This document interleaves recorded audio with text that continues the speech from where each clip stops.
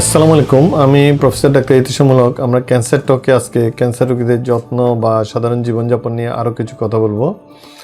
আজকে আমি কথা বলবো ক্যান্সার চিকিৎসা যাদের শেষ হয়ে গিয়েছে অথবা যাদেরকে আমরা ক্যান্সার সার্ভাইভার বলবো তাদেরকে নিয়ে আমি একটু কথা বলবো। আমাদের একটা খুব প্রচলিত ধারণা যে ক্যান্সার হয়েছে তারপরে তার বোধহয় আর জীবনে কোনো কিছু করার নেই, কিন্তু আসলে এটা খুবই ভুল ধারণা। আমাদের ক্যান্সার রোগীদের ক্যান্সার চিকিৎসার পরে সে তার স্বাভাবিক জীবনযাপন করবে, স্বাভাবিক চাকরি বাকরি করবে, স্বাভাবিক ঘর সংসার করবে এবং স্বাভাবিক জীবনযাপন করবে, এটাই আমরা আশা করি। কারণ ইদানিং আমরা জানি আমাদের বেশিরভাগ ক্যান্সারই কিন্তু কিউরেবল। আপনি ধরে নিতে পারেন যে প্রায় 2/3 অফ দি ক্যান্সার কিউরেবল। সুতরাং একজন ক্যান্সার রোগী যখন চিকিৎসা শেষ হবে তখন তাকে অবশ্যই স্বাভাবিক জীবনে ফিরে আসতে হবে। এখন এই স্বাভাবিক জীবনে ফিরে আসা বলতে আমরা কি বোঝাচ্ছি? এক নম্বর হচ্ছে সে তার খাবার দাবারগুলো সে যখন সুস্থ ছিল যেমন খেত ঠিক ওই পর্যায়ে চলে যাবে। তবে যেই খাবারগুলো স্বাস্থ্যকর নয়, যেগুলো অন্য রোগীদেরকে আমরা মানা করি, যেমন ধূমপান করা যাবে না, অ্যালকোহল খাওয়া যাবে না, যেমন একটু মাংস যেটা আমরা বলি রেড মিট এটা একটু কম খাবে, তারপরে পুষ্টিকর খাবার যেগুলো আমরা শাক সবজি ফলমূল এগুলো কিন্তু একটু বেশি করে খাবে। এই কাজগুলো কিন্তু ক্যান্সার সার্ভাইভারদের জন্য জরুরি। এরপরে যেটা কথা আসছে সেটা হচ্ছে যে ক্যান্সার সার্ভাইভার যারা থাকবে তারা কিন্তু অবশ্যই ব্যায়াম করবে বা তাদের শারীরিক পরিশ্রমটা করবে এবং শারীরিকভাবে তাদের যে সক্ষমতা এটা বজায় রাখতে হবে। কেননা তাকে মাথায় রাখতে হবে তার ক্যান্সার তো আছেই, অন্য কোনো রোগও তো তার আসতে পারে।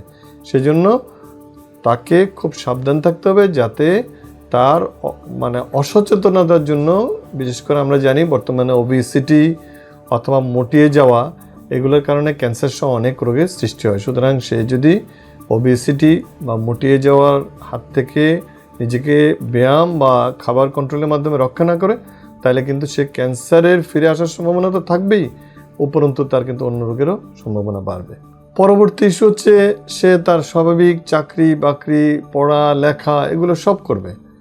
ইভেন যেটা সবচেয়ে কোয়েশ্চেন আমাদের কাছে আসে যে আমাদের যারা ইয়াং লেডি অথবা যারা ইয়াং আমাদের ফ্যামিলি যারা তাদের রিপ্রোডাক্টিভ লাইফে আসছে তারা বাচ্চা কাচ্চা নিতে পারবে কি না।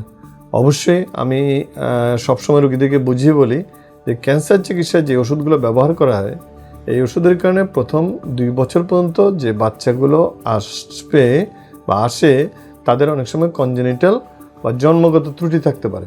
সুতরাং বাচ্চা আপনারা নেবেন, সেটা পুরুষ ক্যান্সার রোগী হোক অথবা মহিলা ক্যান্সার রোগী হোক, আপনারা আপনাদের চিকিৎসা শেষ করার 2 বছর পরে নেওয়াটাই আমি উত্তম মনে করি।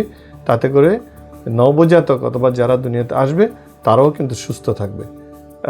এবং এখানে একটা ইম্পর্টেন্ট কথা যেটা আমি আগে কখনো বলিনি, যে আপনারা কিন্তু ক্যান্সার চিকিৎসার শুরুতেই আপনারা বাচ্চা কাচ্চা নিতে চান কি না এটা কিন্তু আপনার ডাক্তারকে জানিয়ে রাখবেন এবং আমরা ডাক্তারও কিন্তু আপনাদেরকে জিজ্ঞাসা করি।